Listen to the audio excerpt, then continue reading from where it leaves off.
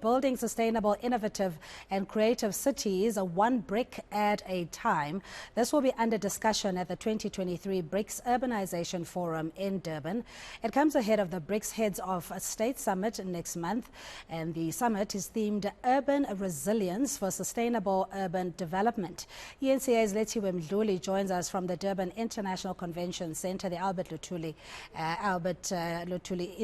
International Convention Centre. Good morning to you, Lethiwe, and thank you so much for joining us. Of course, BRICS is now hot on our lips. It is a hot topic, not only because of the summit that will be taking place in August, but also the building blocks towards it in creating sustainable urbanized cities. What is on the program?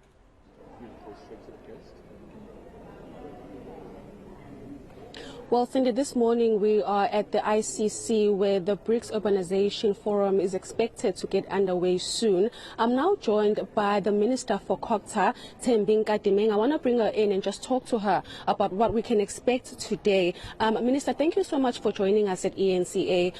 Talk to us about what we can expect from this forum. I know that 600 delegates are expected to take part. Yeah, thank you very much. Yes, we're expecting around about 600 delegates which will be in attendance.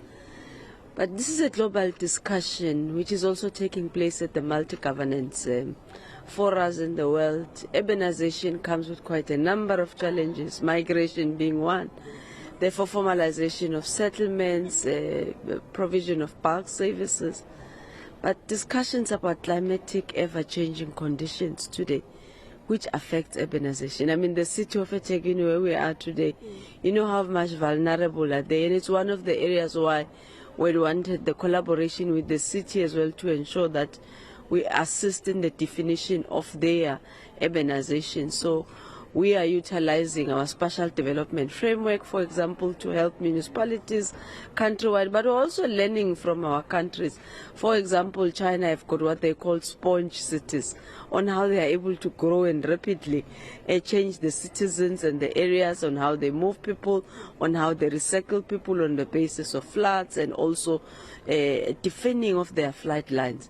But early warning systems as well is what we'll also be getting to be learning more on how do other countries, for example, like Brazil, which also has relatively same climatic conditions with us, how do they have their early warning targets, early warning sensors to ensure that our South African weather services, in this instance, could be able to warn you ahead of time to either run or hide, to prepare yourself. But I guess it also becomes a platform where South Africa can also showcase. We'll be taking them into some of our projects. We wouldn't be hiding our difficulties with regard to infrastructure, because we also need to go and learn how rapidly could you be able to repair an infrastructure. Comparison is being made between South Africa and China, for example, on how prompt it is when a disaster or even a natural erosion of a road, how quick it is to repair it, how quick it was to build a hospital during the time of COVID in Russia, and how difficult it was for us to even convert an already standing building into turning it into a hospital. So our urbanization is mostly of how we make our places of where we live, work and stay more habitable. Minister, you just touched on some of the cities that you're going to be looking in, including Durban. We've faced 2 flood disasters within a year, and now looking into Gauteng as well, Joburg, the CBD last week, it looked like it was caving in, that explosion. A lot of cities globally are facing many, many challenges, and I know that these delegates that are going to be here today are going to be talking about that the issues facing these cities within these countries that are going to be here today. In South Africa, what are you doing to address the urban decay that our cities are facing, especially big cities such as Johannesburg and also eThekwini? Okay, we've got our green project. We also have got what we call brownfields. Brownfields is where you turn the old decay into user and habitable spaces.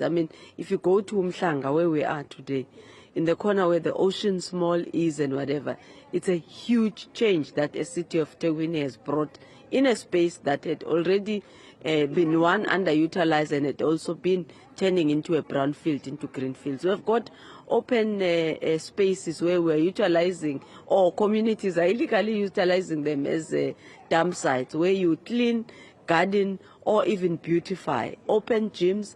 It could be sounding like small programs, but they change the look and feel of how the areas are.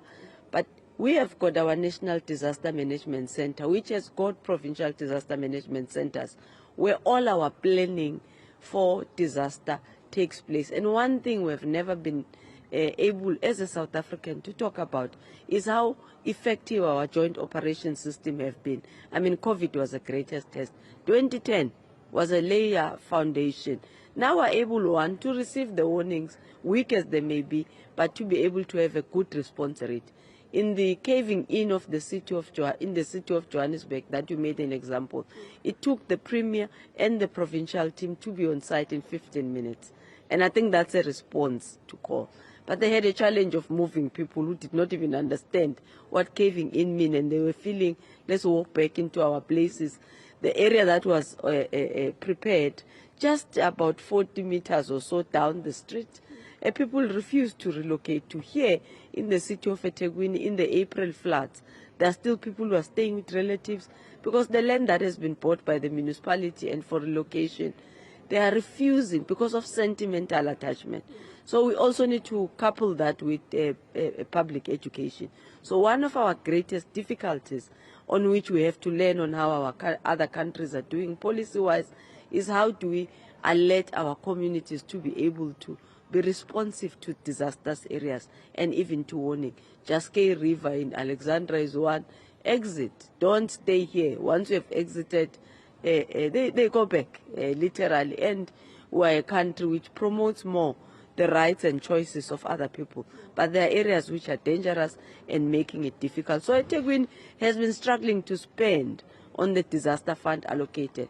Not because there are no plans, not because they can't do anything, but the negotiation process has also taken long. But Department of Human Settlement has modified its policy now. People who believe to build where they are staying, we distribute building material rather than going to build TRUs, which are temporary residential units, which don't seem to be preferable. So I think our policy is also evolving with time, but accommodating the context and the perspective of what our people believe in the country to ensure that we still remain user-friendly to the service that we offer to our people. Great offerings that we have, but great learnings for us as well from our BRICS partners. I just saw a problem there with some of the cities not being able to spend some of the monies or the budget that they are given, considering the fact that we're facing so many challenges, especially in economies such as eThekwini and also in Joburg. I mean, in Joburg alone, I don't know how many explosions there have been. And unfortunately, the early warning signs that you're talking about don't seem to be working because these issues, they happen. And then only after we respond, even the response is not as quick enough, I would say, coming from someone who is a resident. Would you say that this forum today, where we're going to see 600 delegates talking about these things, is beneficial to our country? Well, it will be beneficial. I mean, it's growth, it's development, which is fast-paced, which is rapid. We also need to be planning towards the rapid growth that our people and the world find themselves in. This is a global phenomenon. The claim can't be that we know everything, we have got everything. We have got early warning systems, which, yes, still need to be modified and to be accelerated to ensure that they give us. But I don't think I agree that the pace of response is slow. It could be that the pace of dispensing is slower because of challenges that we have. But the response rate of our joint operation centers is very quick, is very prompt, and is on time. Thank you so much, Minister.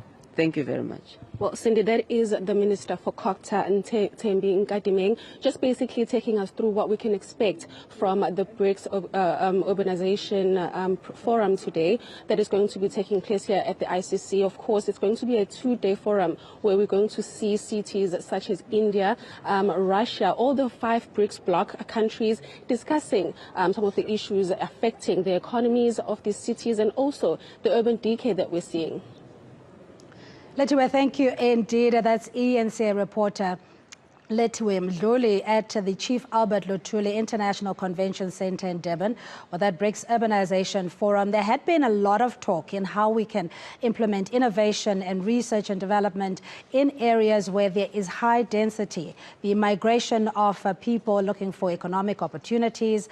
You may even recall the Ekurhuleni OR Tambo International Aerotropolis a couple of years ago, which in essence was trying to create an ecosystem around the airport that will then give more life and rejuvenate the hospitality area, student accommodation, industry, the movement of goods and trade as well. So that is something that we'll be looking at very closely as that program takes off.